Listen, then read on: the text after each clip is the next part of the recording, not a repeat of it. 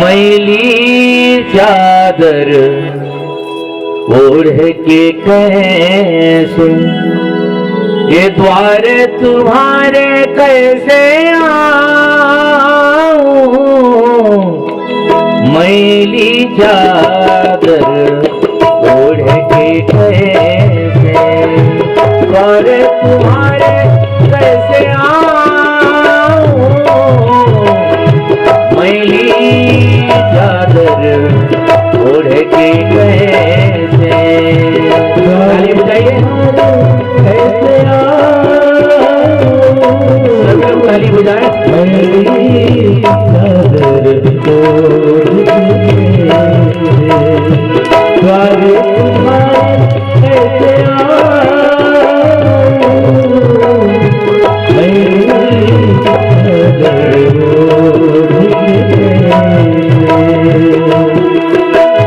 हे पावन परमेश्वर मेरे, हे पावन परमेश्वर मेरे, हे पावन परमेश्वर मेरे, हे पावन परमेश्वर मेरे, मन ही मन शर्माओ, मैली चादर ओढ़ के कैसे द्वार तुम्हारे कैसे आऊं,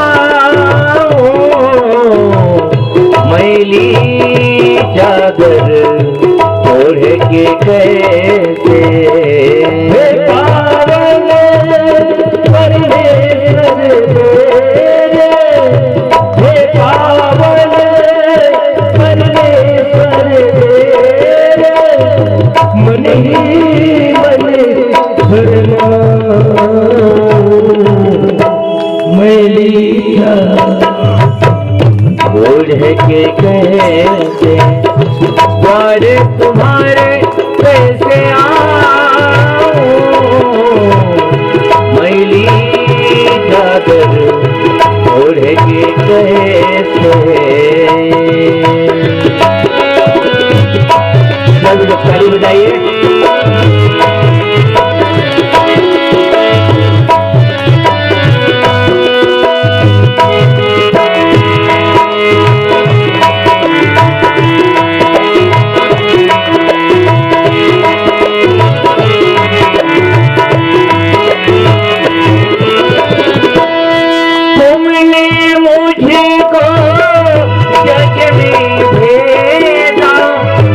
निर्मल देकर काया तूने मुझको जग में भेजा, देकर निर्मल काया आकर के संसार में मैंने इसको दाग लगाया,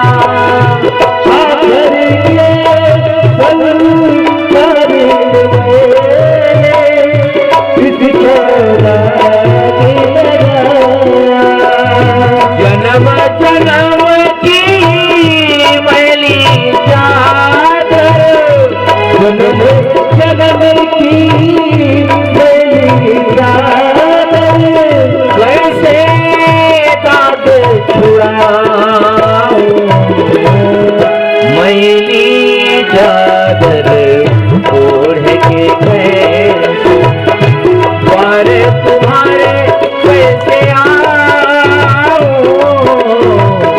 मैली चादर ओढ़ के कैसे। सब लोग ताली बजाइए।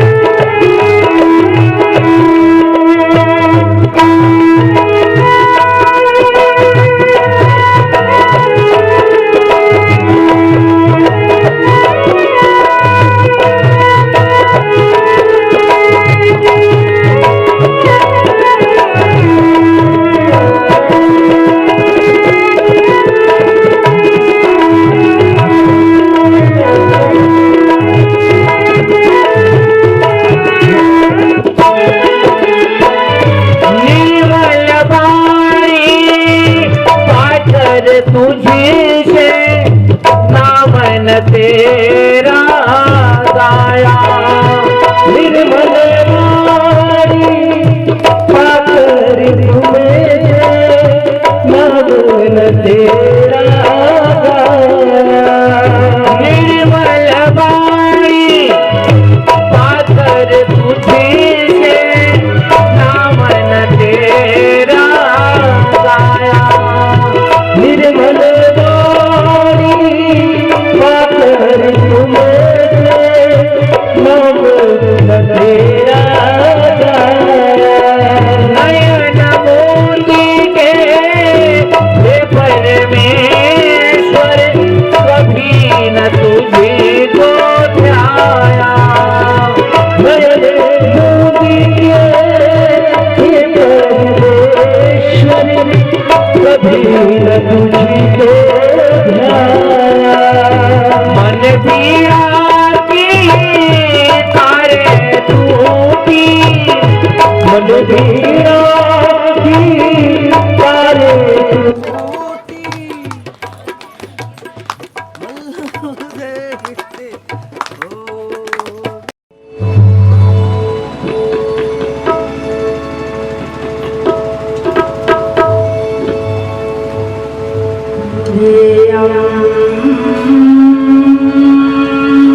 सदा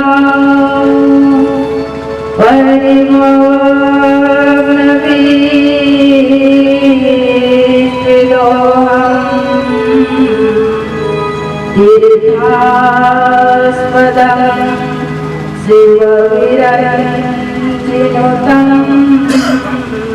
शरण्यं प्रार्थ्यं प्रणतः भवाब्धिभूतं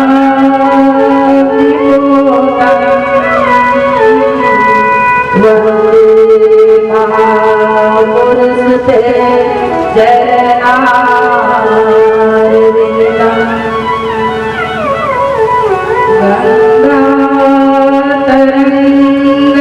गङ्गातरङ्गरमणीय जटाकलाप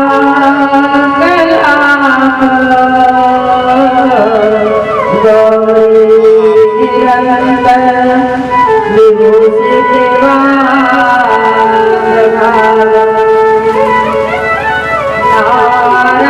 नारायणं प्रियं मनकमदापहारं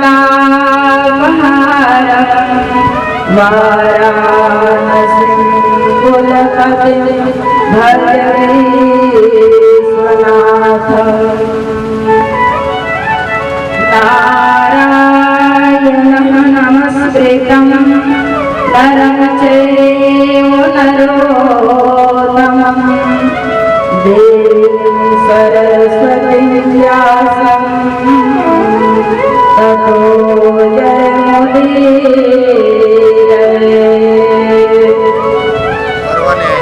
वासुदेवसुतं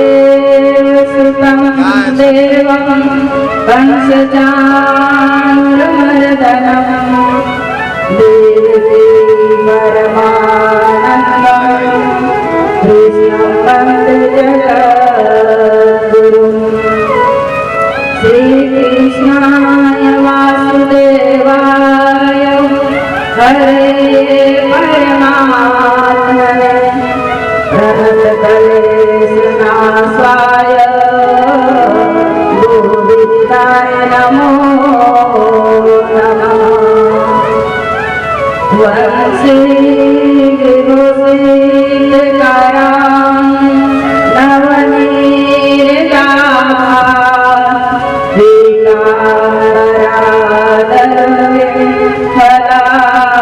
फलाधरोषा पूर्णेन्दुसुन्दरमुखा दरविन्दनेत्रा तेषां किमपि तत्त्वमहं न जाने। वारापीडं नटवरवपु कर्ण्यो कर्णिकारं विधद्वासं कनककपिशं वरजन्तीं च मालां। प्राणावेदं वेणुर्धर सुधया पूरण्य गोपवृन्दे वृन्दारण्य स्वपदरमणं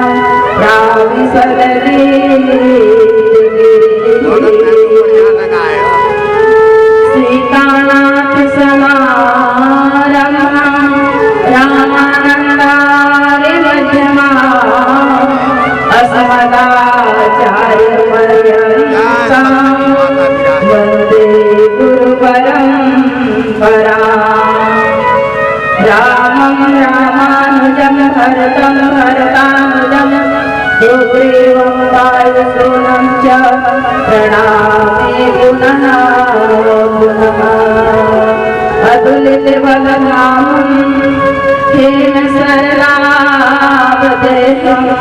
नवज्वलसारं ज्ञानिनामग्रगण्यं सकलगुणनिधानं वानराणामधीशं रघुपतिप्रियभक्तं वातजातं नमामि या देवी सर्वभूतेषु शक्तिरूपेण संस्थिता नमस्तस्यै नमस्तस्यै नमस्तस्यै नमो नमः लेख सदा सुधीर के सहज दया के धाम जननी जनन सिदास के सबय पराग सब द्वारन को छोड़कर मैं आई तेरे द्वार खेत सभान की लाडली अब मेरो जय जय श्री राधा रमण जय जय नमल किशोर जय गोपी चितचोर प्रभु जय जय माखन चोर जय गोपी चितचोर प्रभु जय जय माखन चोर बोलो वृंदावन बिहारी लाल की जय। परमेश्वर अखिल ब्रह्मांड के नायक जगत नियम का पालन करता संहार करता भगवान श्री कृष्ण की वाग्मय प्रतिमूर्ति श्रीमद् भागवत महापुराण को नमन वंदन करते हुए भगवान श्री कृष्ण के वाग्मय प्रतिमूर्ति को प्रणाम करते हुए इस सत्संग सभा पर उपस्थित परम आदरणीय पिता तुल्य बुजुर्गों भैया भरत के चरित्र को चरितार्थ करने वाले नवयुवक बंधुगण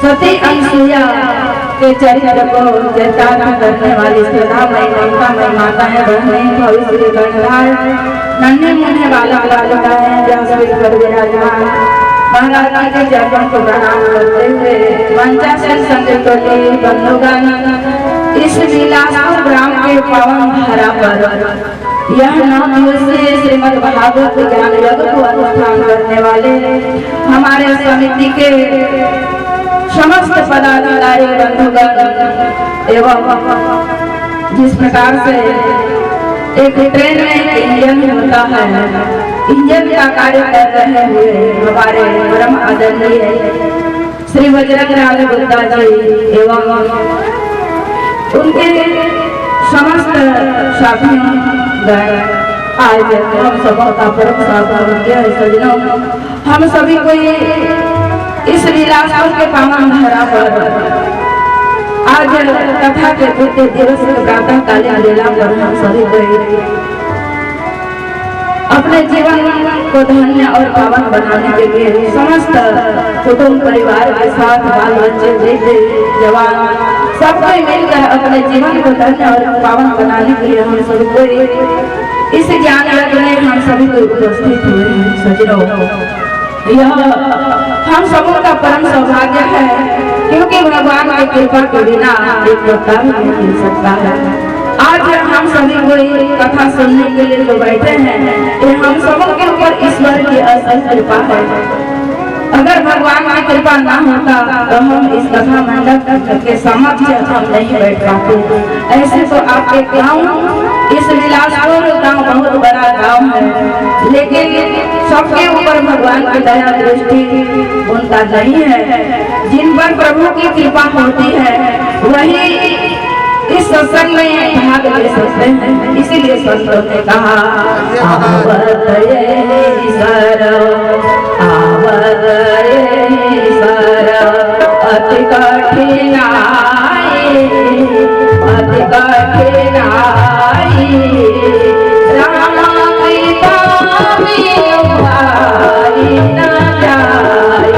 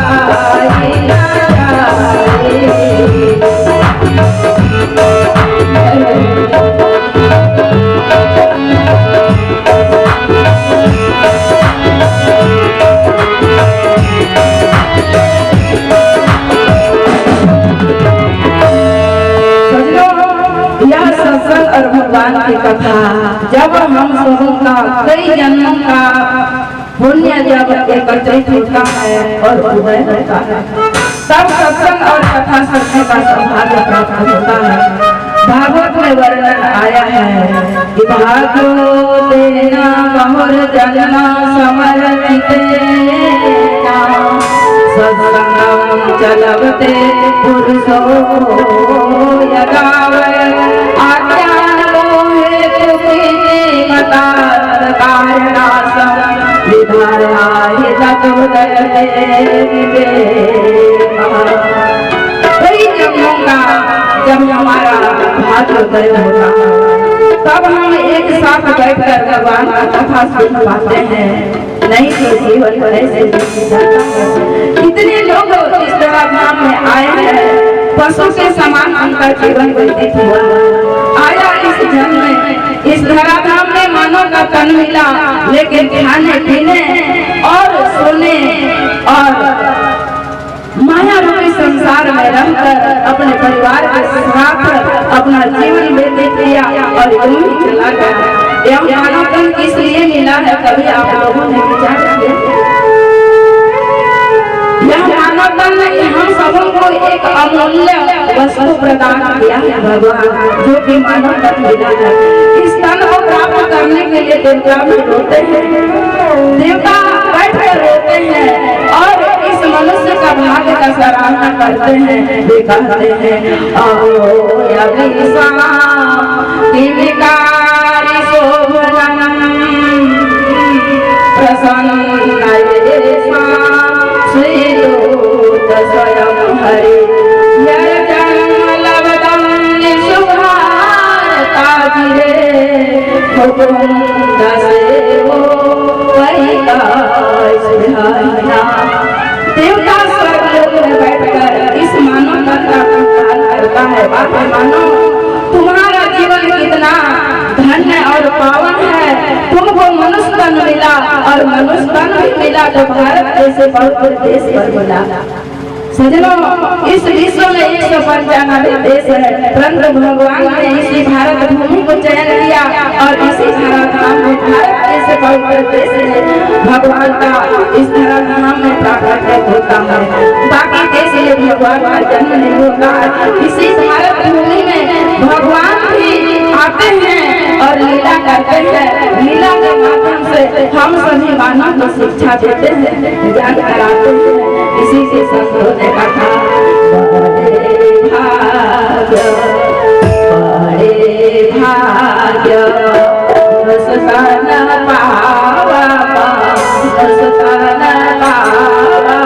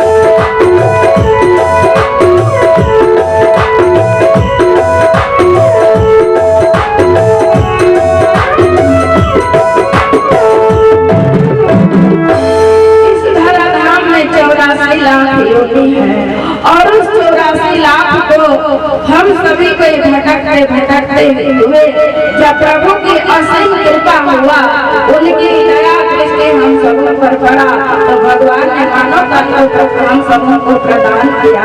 इसीलिए कहा कब हो करे करो नादर दे करो नादर दे।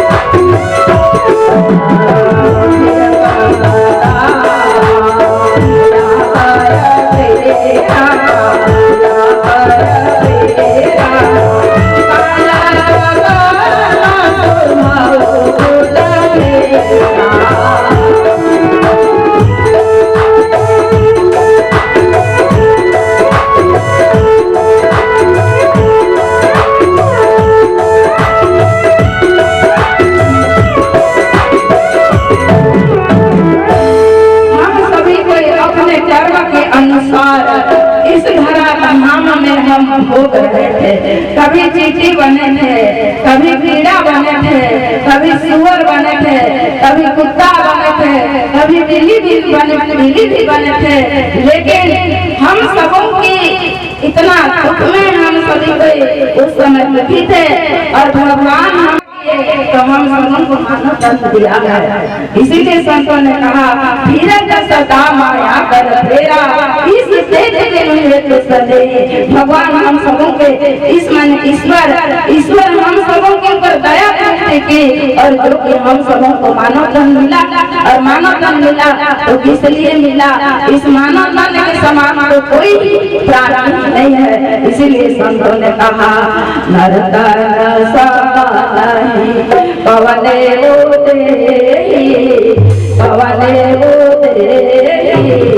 जीवा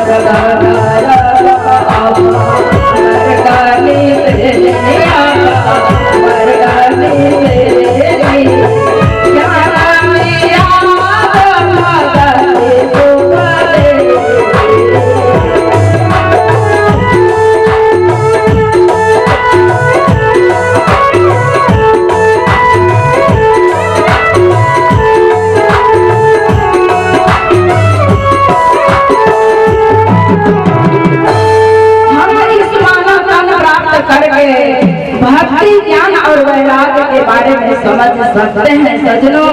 और इस मानव मन से भी बड़ा शरीर हाथी का होता है, परंतु वो हाथी इतना बड़ा शरीर प्राप्त करने के बाद भी भगवान की कथा नहीं सुन सकता है, सत्संग में आकर बैठ नहीं सकता, क्योंकि उनको विवेक नहीं है।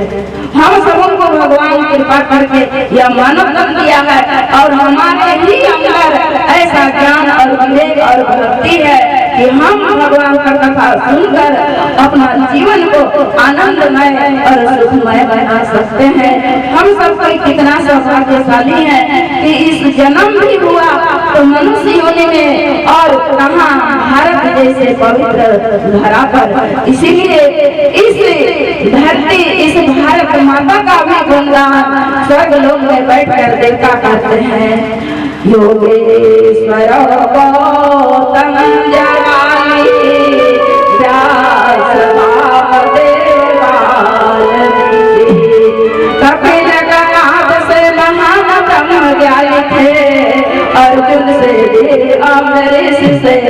महान भक्त हरिचंद्र के समान यहाँ दानी थे नारद से संत सती सीता सूर्या सब सत्य सदाचार चार गुण एक प्राणी थे ऐसा था हिंदुओं के भाग्य का दीर्घकाल सूर्यास्त यहाँ के देवलोक की कहानी थे ऐसा था हिंदुओं के भाग्य का दीर्घकाल। कितना सजा इस भारत भूमि में कर्ण जैसे दानी राजा हरिचंद्र जैसे सत्यवादी और गौतम जवाली कणाद व्यास वाल्मीकि जैसे ज्ञानी इसी धरती माता पर जन्म लिए इसलिए इस धरती माता इस भारत माता का गुणगान देवता लोग करते हैं और रोते हैं धन्य भारत के लोग मनुष्य तन मिला और भगवान का सेवा करने के लिए उनको ऐसा शुभ अवसर मिला। तो हम अपने आप अपना स्वरूप को भूल जाते हैं और समझते हैं कि जन्म हुआ है बस खाने पीने के लिए और वंश वृद्धि करने के लिए हम सबों का मनुष्य बन मिला है।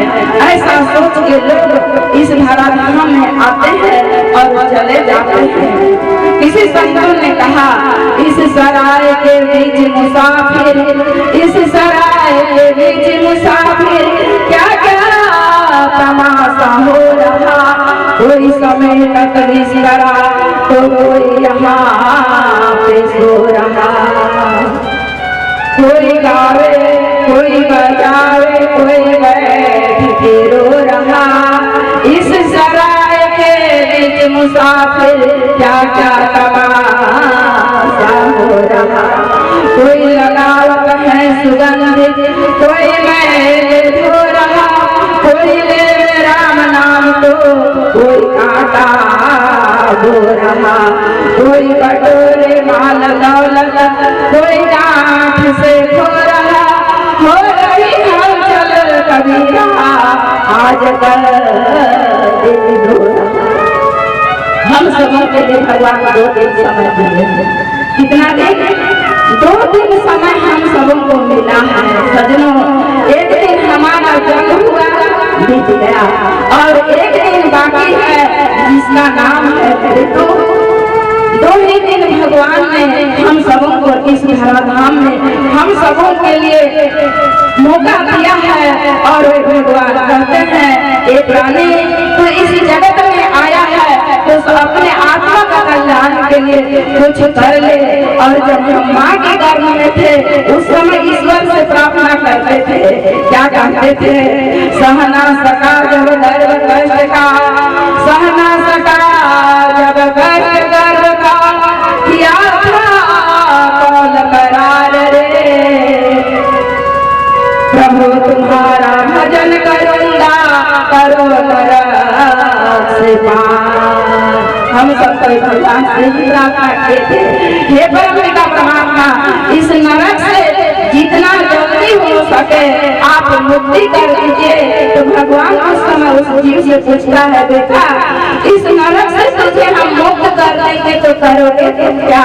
तब यह हम सभी को भगवान को वचन दिए हैं भगवान इस नरक से हमको बाहर कर दोगे तो आपका भजन करेंगे।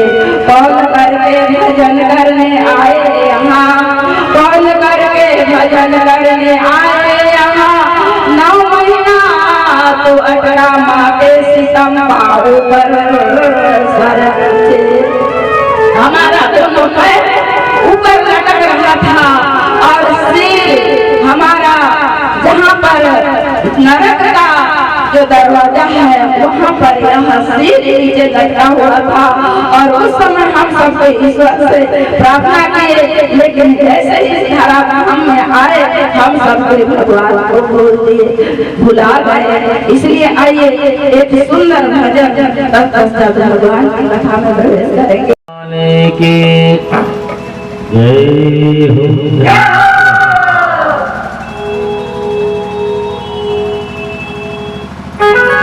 आइए सभी लोग ताली बजाएं आनंद में भजन पर।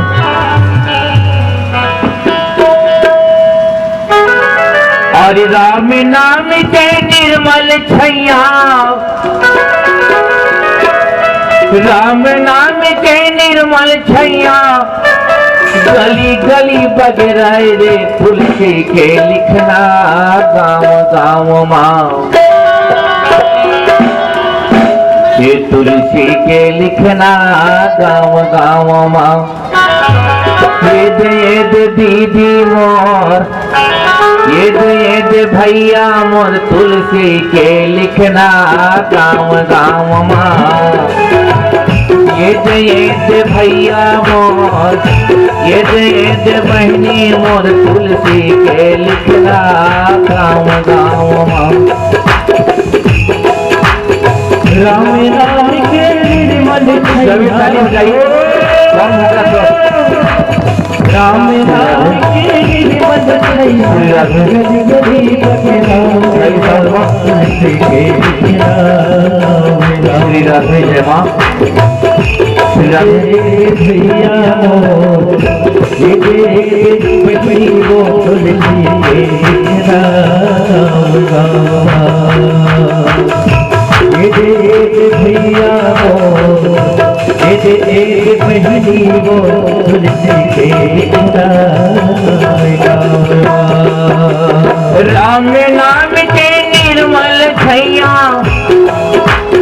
राम नाम के निर्मल छैया गली गली बगराए रे तुलसी के लिखना गाँव गाँव माँ ये दे दीदी मोर ये दे बहनी मोर तुलसी के लिखना गाँव गाँव माँ ये बहनी मोर ये भैया तुलसी के तुलसी के लिखना गाँव गाँव माँ राधे ताली बजाइए सभी लोग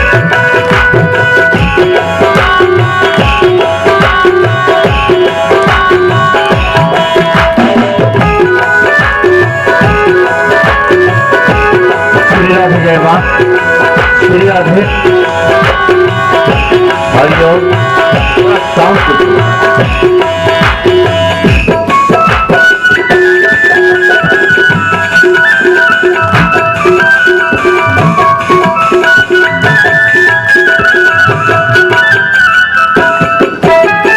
यही कथा लाता कभु सुंदी गरुड़ के प्रति बखाने गरुड़ के प्रति बखाने यही कथा लाता कभु सुंदी गरुड़ के प्रति बखाने गरुड़ के प्रति बखाने भैया गरुड़ के प्रति बखाने यही कथा शिव शंकर जी पार्वती ल सुनाए हैं यही कथा शिव शंकर जी पार्वती ल सुनाए यही कथा तुलसीदास जी यही कथा तुलसीदास जी घर घर में पहुँचाए रे तुलसी के लिखना गाँव गाँव माँ ये दे भैया मोर ये दे बहनी मोर तुलसी के लिखना गाँव गाँव माँ ये दे भैया मोर ये दे बहनी मोर तुलसी के लिखना गाँव गाँव माँ राधे बहनी मोर तुलसी के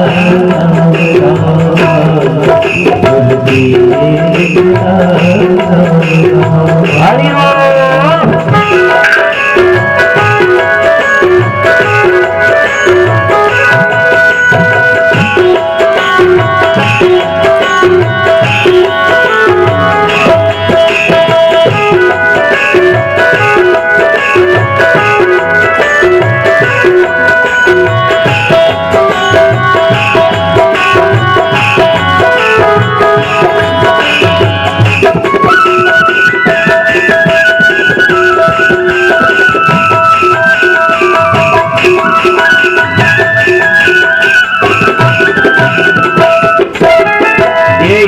कथा का कबू सुनी गरुड़ के प्रति बखाने, गरुड़ के प्रति बखाने भैया, गरुड़ के प्रति बखाने।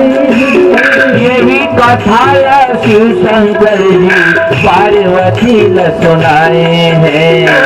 यही कथा शिव शंकर जी पार्वती ल सुनाए हैं। और यही कथा तुलसीदास जी,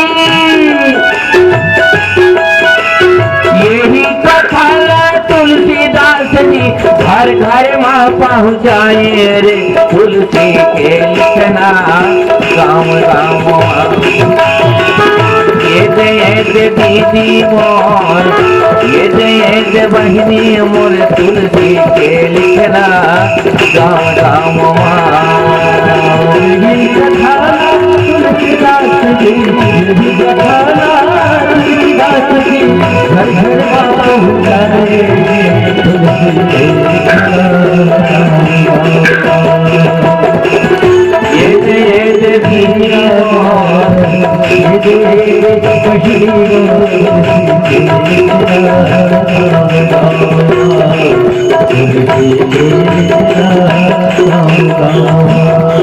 तुलसी के लिखना गाँव गाँव माँ, तुलसी के लिखना गाँव गाँव माँ, तुलसी के लिखना गाँव गाँव माँ, तुलसी के लिखना गाँव गाँव माँ। राधे राधे।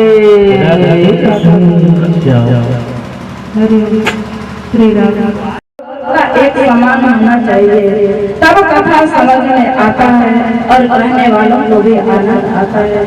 आइए हम सब कोई भागवत कथा में प्रवेश करते हैं। नैमिषारण्य के पावन तीर्थ पर 88,000 ऋषि मुनि विराजमान हैं। बड़ा ही वह स्थान रमणीय है, बड़ा ही पवित्र है। ऐसा वहाँ का वातावरण स्वच्छ निर्मल, 3 प्रकार के वायु चल रहे हैं, शीतल, मंद, सुगंध। और 88,000 ऋषि मुनि वहाँ पर एकत्रित हुए हैं।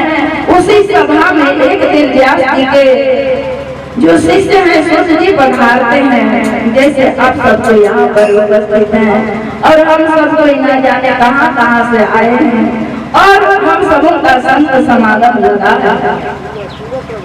गुरु महाराज के असीम कृपा से, उनके अथक मेहनत से और आप सबों के इस विलासपुर ग्राम के समस्त भक्त प्रेमियों के परिश्रम से यह ज्ञान यज्ञ का मेला लगा हुआ है।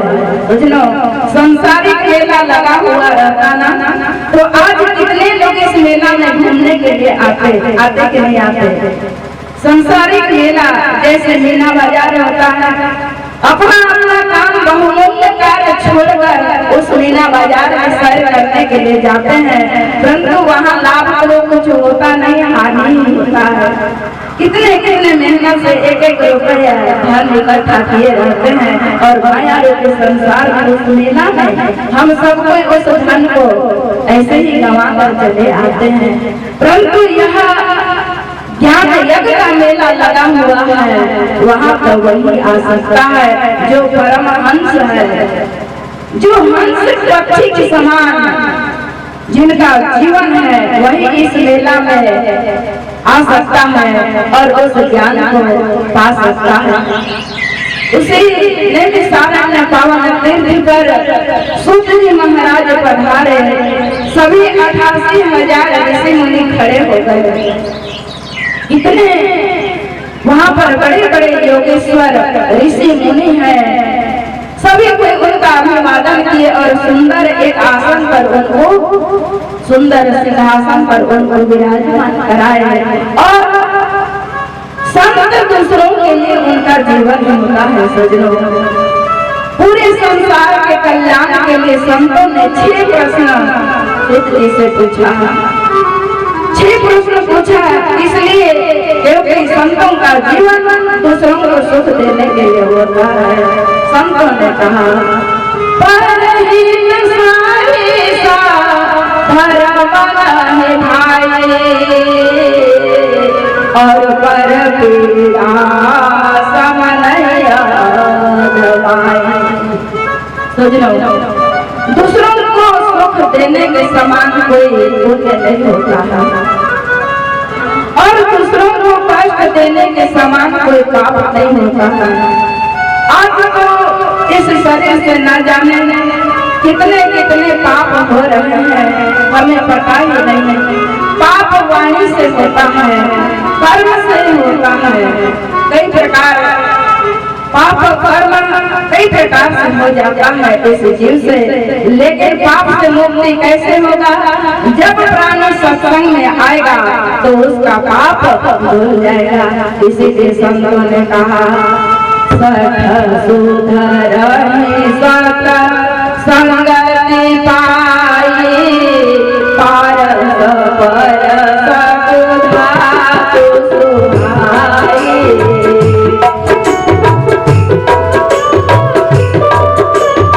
चालू हो जाएंगे।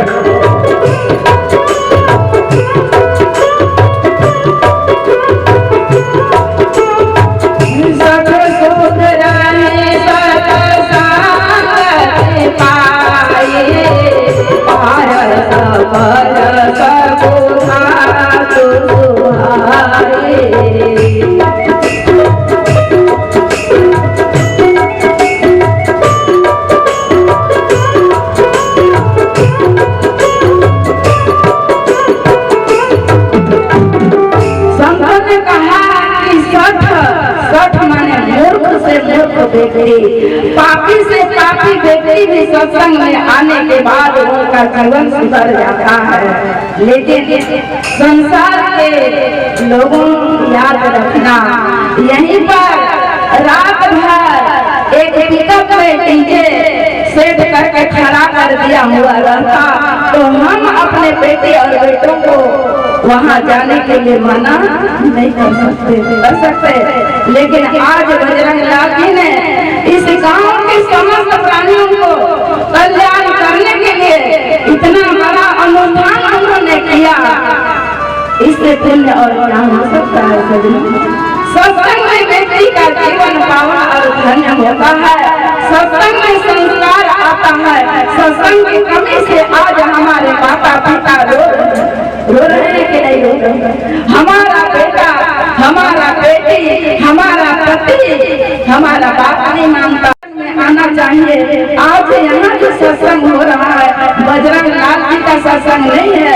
सर्वे भवन्तु सुखिनः, सर्वे सन्तु निरामयाः, सर्वे भद्राणि पश्यन्तु मा कश्चित् दुःखभाग् भवेत्। सभी निरोग हो, सभी संस्कारवान हो, सभी सुखी रहे, इसी उद्देश्य से आपके बिलासपुर के इस पावन धारा का सत्संग रखा गया है। आज घर में क्यों सुमति नहीं है? सत्संग की कमी के कारण आज घर में सुमति ही नहीं है तो घर में आनंद कहाँ से होगा? सत्संग में आएंगे तभी हमारा जीवन परिवर्तन होगा। सास बहू में भी प्रेम होगा, बाप बेटा में भी प्रेम होगा।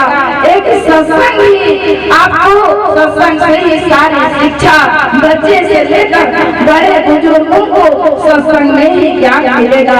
इसलिए सत्संग में आना चाहिए, सत्संग में बैठना चाहिए, कथा सुनना चाहिए।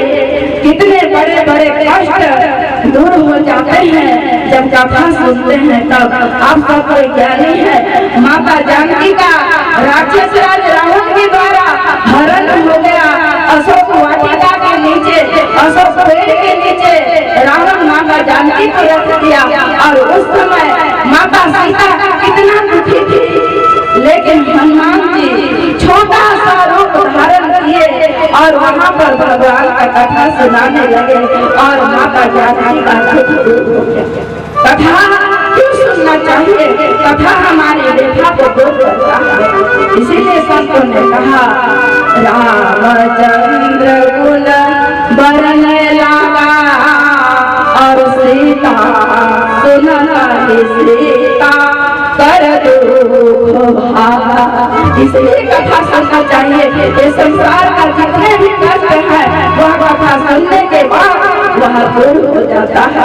इसलिए कथा सुनना चाहिए, इस सत्संग में इसलिए आना चाहिए कि सबका जीवन निर्मल हो जाता है।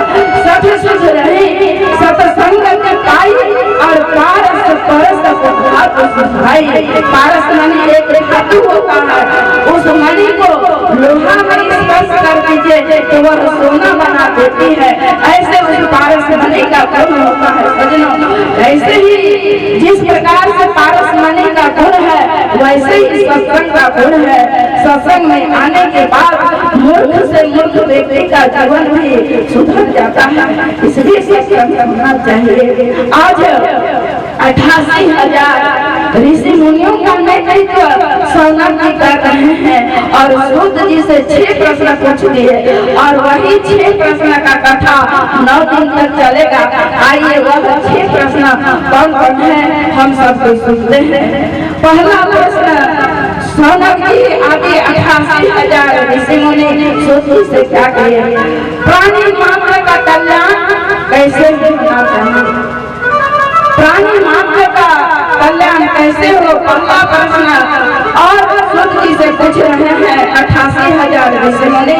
महाराज जी, हमारे सनातन धर्म में शास्त्र बहुत है और शास्त्रों का सार क्या है?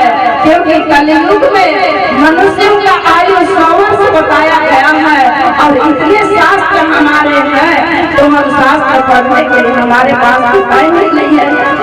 कहाँ टाइम है? आज बिलासपुर गाँव में इतना बड़ा अनुष्ठान चल रहा है, टाइम रहता तो लोग बिलासपुर के लोग सत्संग में आते नहीं। खाने पीने और सोने में और वंश वृद्धि करने में, बच्चे पालन करने में अपना जीवन गंवा रहे हैं। इसीलिए संतों ने कहा, महाराज शास्त्र बहुत है, शास्त्र का सार क्या है? क्योंकि कलयुग के लोगों का आयु 100 वर्ष बताया गया है। लेकिन सजनों याद रखिएगा, जिन लोगों के ऊपर भगवान का कृपा होता है वही व्यक्ति 100 साल जीता है, नहीं तो 50 के बाद 60-70 में ही गाड़ी लुढ़क जाती है। लुढ़कती है कि नहीं लुढ़कती है? लुढ़क जाती है। जीवन का कोई भरोसा नहीं है। तीसरा प्रश्न सूत जी से पूछे हैं, यदि भगवान जगदीश्वर है तो अवतार उनको क्यों लेना पड़ता है? भगवान जब ईश्वर है, पूरे जगत को पालन संहार सृष्टि करते हैं तो उनको इसी तरह काम में क्यों अवतार लेना पड़ता है?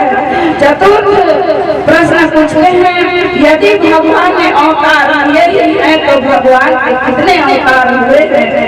और पांचवा प्रश्न पूछते हैं, जीवन का परम लक्ष्य क्या है?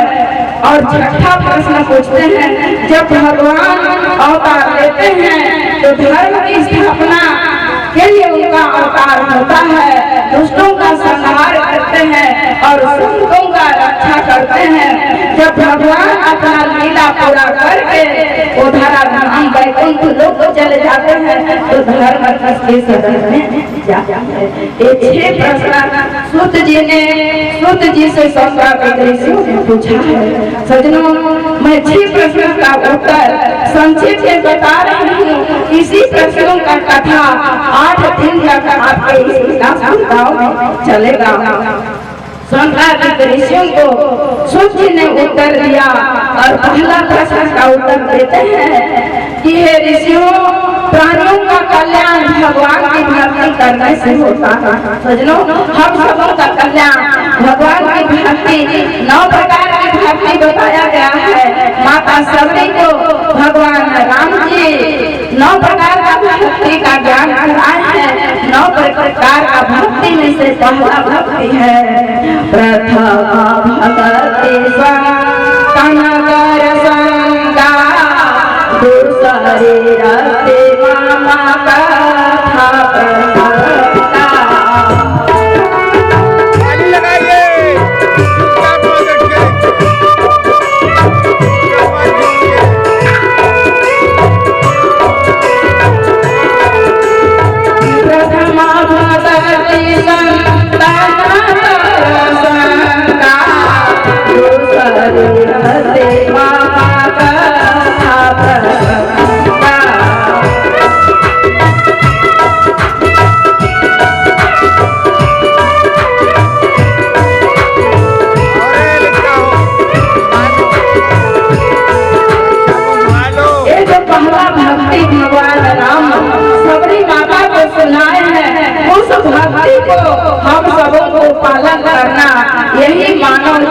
कल्याण का मार्ग है। सज्जनों, आगे कवि ने कहा है कि संसार में लोग आते हैं लेकिन माया को भूल जाते हैं और ईश्वर को भूल जाते हैं, ईश्वर को भूल जाते हैं और माया में अपना मन लगाते हैं।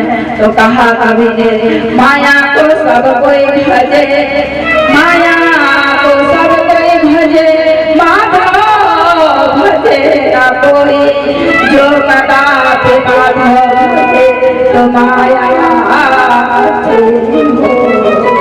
सजनों, हम सब कोई माया को याद करते हैं। ए मेरा बेटा, ए मेरा बेटी, ए मेरा मकान, ए मेरा गाड़ी, ए मेरा दुकान, इसमें मन लगता है। लेकिन उस गोविंद को याद करेंगे ना, उस परम पिता परमात्मा को याद करेंगे तो माया तो उनकी दासी है, भगवान अपने वश में कर लेंगे और हम उनका कल्याण हो जाएगा। आगे सूत जी कहते हैं कि दूसरा जो प्रश्न किए थे उनका उत्तर देते हैं, भगवान की भक्ति जीवन में प्रारंभ हो जाना चाहिए, समय का इंतजार नहीं करना चाहिए। जब भी हमारे मन में ऐसा विचार आए कि हम भक्ति कर लेते, हम कथा सुन लेते, उसी समय अपना बहुमूल्य समय निकाल कर भगवान का भक्ति कर लेना चाहिए, क्योंकि जीवन का कोई भरोसा नहीं। अभी है यहाँ पर, कुछ पल की बात रहेंगे कि नहीं रहेंगे, क्या भरोसा है। इसलिए संतों ने कहा, क्षणभंगुर जीवन की करता प्रातः को जाने खिले ना खिले, पहले हरि नाम हरि रसना फिरे, अंत समय में हिले ना हिले, फिर अंत समय में हिले ना हिले, कलिकाल उठार लिए फिर नम्र से चोट झिले ना झिले, नम्र से चोट झिले ना झिले। जब हम सब लोग कहते हैं कि अभी तो खाने पीने का समय है, जब बुढ़ापा हो जाएगा तो भक्ति कर लेंगे, लेकिन याद है गृहस्थ के घर में पति पत्नी में नहीं बन रहा है, सास ससुर में लड़ाई झगड़ा, और यहाँ कोई ऋषि ना मुनि ना तपस्वी कोई भी नहीं। अगर किसी ऋषि मुनि के घर में भी जा रहे हैं तो वे धर्म के आड़ में तो है, परंतु वह पाप का कर्म कर रहा है। तो नारद जी को बड़ा चिंता हुआ कि मैं गृहस्थ के घर में भी गया तो वहाँ भी शांति नहीं, साधु संतों के यहाँ भी गया तो वहाँ कोई पुण्य का काम उनको कोई ऐसा दिखा ही नहीं, नारद जी को कहीं शांति नहीं मिला। तो नारद जी बड़ा दुखी हुए और दुखी होकर पूरे भारतवर्ष का यात्रा किए, रामेश्वरम गए और इधर बद्रीनाथ गए, केदारनाथ गए, जमुनोत्री गए, गंगोत्री गए, सभी तीर्थों में गए, पर नारद जी को कहीं शांति नहीं मिला। एक दिन नारद जी बड़ा निराश हो गए और इतना दुखी हो गए। मार्ग में संकादिक ऋषि मिले और नारद जी से कहने लगे कि हे नारद जी, आप तो ब्रह्म ऋषि हैं, आप संत हैं, परंतु आप दुखी क्यों हैं? कथम ब्रह्म तीन मुख कुताचे तोरो भवान, त्वरितं गम्यते पुत्र कुताच गमनं तव, इदानीं सुनिश्चितस्य गततो यथा कवेदमुक्तसंगस्य लोचितं भजकारणं। शंका के कैसे बोले कि हे नारद जी, आप तो कैसे लग रहा है कि एक बहुत बड़े श्रेष्ठ बहुत सारा धन इकट्ठा करके विदेश से ला रहा होगा और मार्ग में कोई चोर उसको लूट लिया और वह श्रेष्ठ की जैसे दुखी होते हैं वैसे आप दुखी दिखाई देते, क्या बात है? हम नारद जी बोले, ये संसार के दृश्यों, मैं पवित्र भूमि भारत में तीर्थों का दर्शन, चारों धाम का दर्शन करने आया, परंतु मुझे कहीं शांति नहीं मिला। मैं घूमते घूमते जब वृंदावन में गया तो वहाँ एक बड़ा विचित्र दृश्य देखा। यमुना नदी के तट में एक सुंदर स्त्री बैठी हुई थी और वह बहुत ही सुंदर रूपवती थी, परंतु वह उनके अगल बगल में दो पुरुष सोए बूढ़े बूढ़े बूढ़े उनका बाल बगुले के समान सफेद सफेद उनका बाल था और वह जर्जर थे और उनके बाएं दाएं दोनों भाग में शयन कर रहे थे और वह स्त्री मुझे देखकर हमको रोका। वह कहने लगी भो भो साधु क्षणम तिष्ठम मने से आनाशय दर्शनम लोकस्य सर्वदा परम परम। वह स्त्री मुझे रोकी और कही कि हे ऋषिवर आप कहाँ जा रही हैं? थोड़ा सा रुक जाइए, आपका दर्शन करने के बाद मुझे थोड़ा सा शांति का अनुभव हुआ। आप कहाँ चले जा रहे हैं? थोड़ा सा रुक जाइए और मुझे दर्शन कीजिए। सजनों, इस संसार में सुख कहाँ है? संतों का दर्शन से ही सुख का अनुभूति होती है। वह स्त्री रोकी, तब नारद जी उस स्त्री से परिचय पूछने लगे। वह ये देवी आप कौन हो और आपके अगल बगल में तो वृद्ध पुरुष शयन कर रहे हैं, ये कौन है? तब वह स्त्री अपना परिचय बताने लगे। अहम भक्ति ख्याता इमो मेरे ज्ञान वैराग न मानो कालोगे जर जरा। नारद जी को वह अपना परिचय बताने लगी और कहती है कि मेरा नाम भक्ति देवी है और ये दोनों पुरुष जो थे मेरे बाएं दाएं दोनों भाग में शयन कर रहे हैं, ये मेरे पुत्र हैं। एक का नाम है ज्ञान और एक का नाम है वैराग। काल के प्रभाव से ये दोनों मेरे पुत्र वृद्ध हो गए, इसलिए मैं दुखी हूँ, क्योंकि माता को वृद्ध होना चाहिए और बच्चे को जवान होना चाहिए। अगर भरी जवानी में माता पिता के अगर कोई बालक और बालिका का मृत्यु हो जाता है तो माता पिता को कैसे दुख होता है। आज वह अपना परिचय बताई और कहने लगे उत्पन्न द्रविड़ से साहम रे कर्नाटके कथा वचन वचन महाराज गुर्जरे मेरा जन्म द्रविड़ देश से हुआ और मेरा लाला पालक महाराष्ट्र में और मैं दोनों बालक को लेकर गुजरात में गया। वहाँ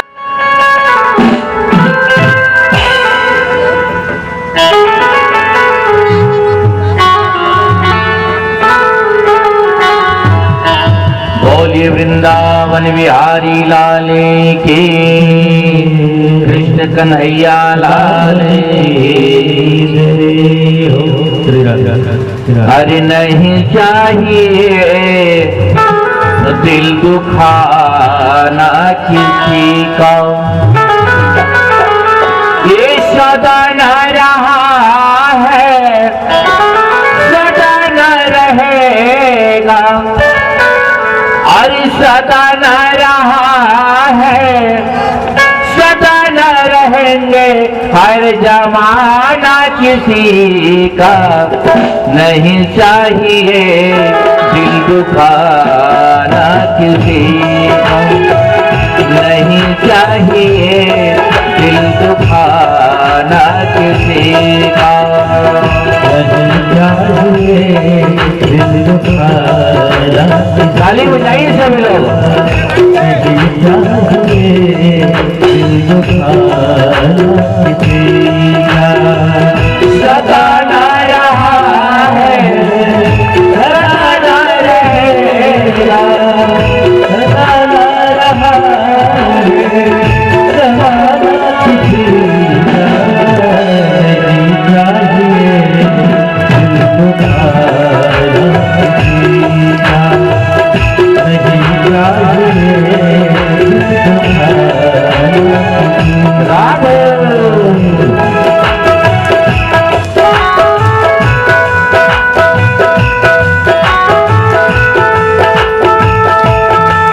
सभी ताली बजाइए।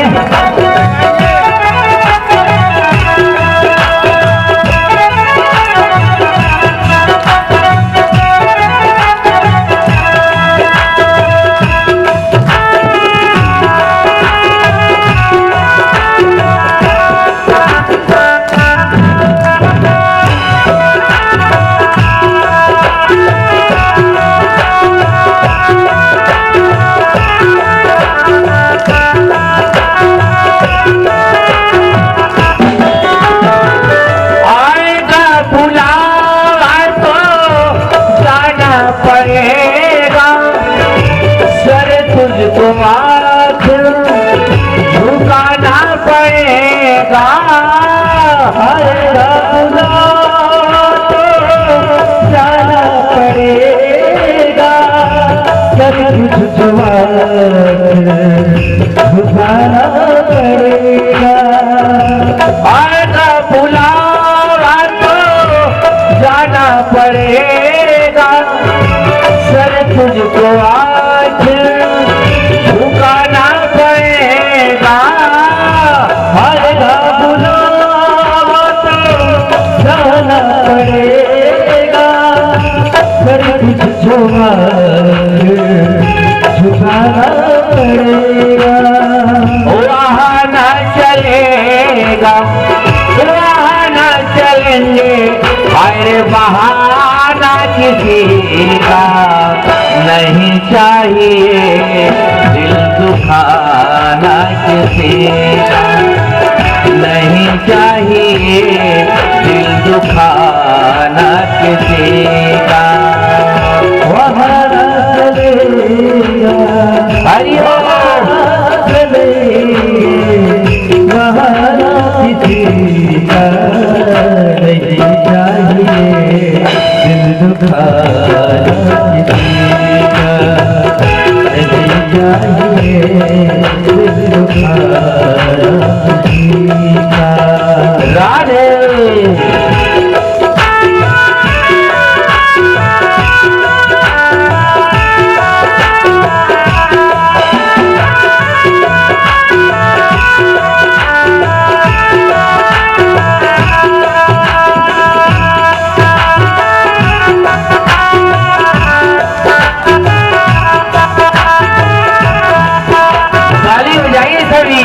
ताली तो वही नहीं बजाएगा जिनके पास हाथ नहीं होगा।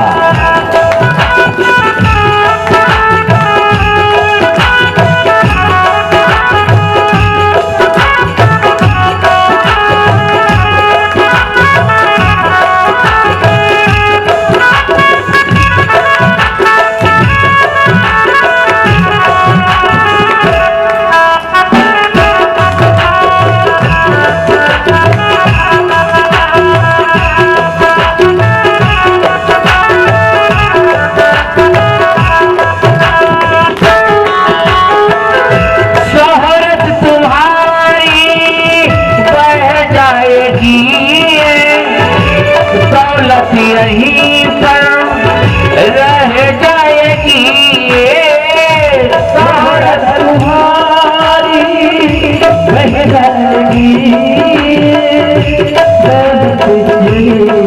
पर रह जाएगी शोहरत तुम्हारी, रह जाएगी दौलत यहीं पर रह जाएगी, तुम्हारी रह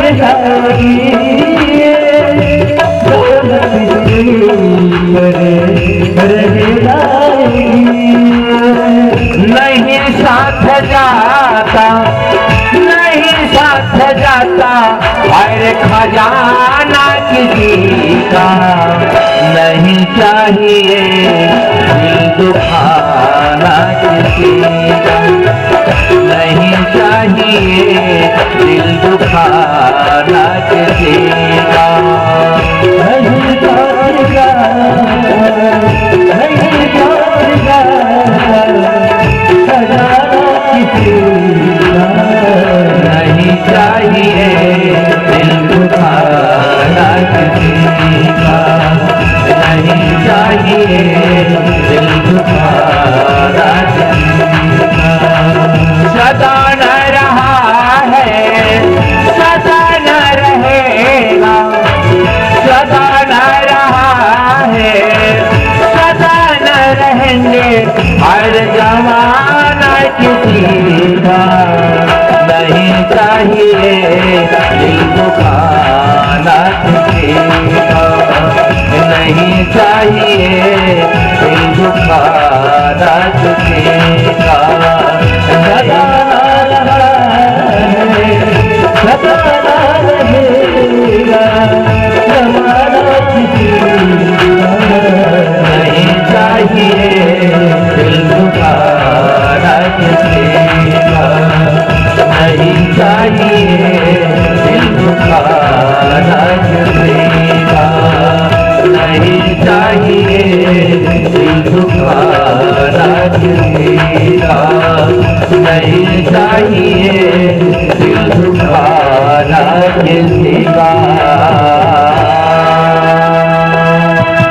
राधे राधे राधे राधे श्याम।